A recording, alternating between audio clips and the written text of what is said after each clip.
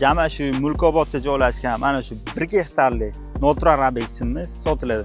Hozirda old tarafda mana shunday daraxtlari mavjud. Ichkariga kirib, hozir birgalikda obzorini ko'rib chiqamiz.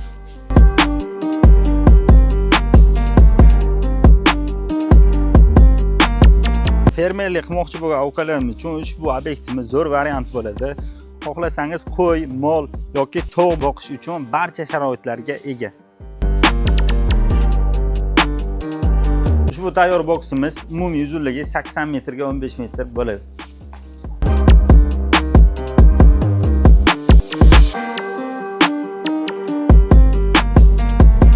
Va obyektimiz bu burchagiga ikkita konteyner o'rnatib qo'yilgan. Bular zaxira konteyneri bo'ladi.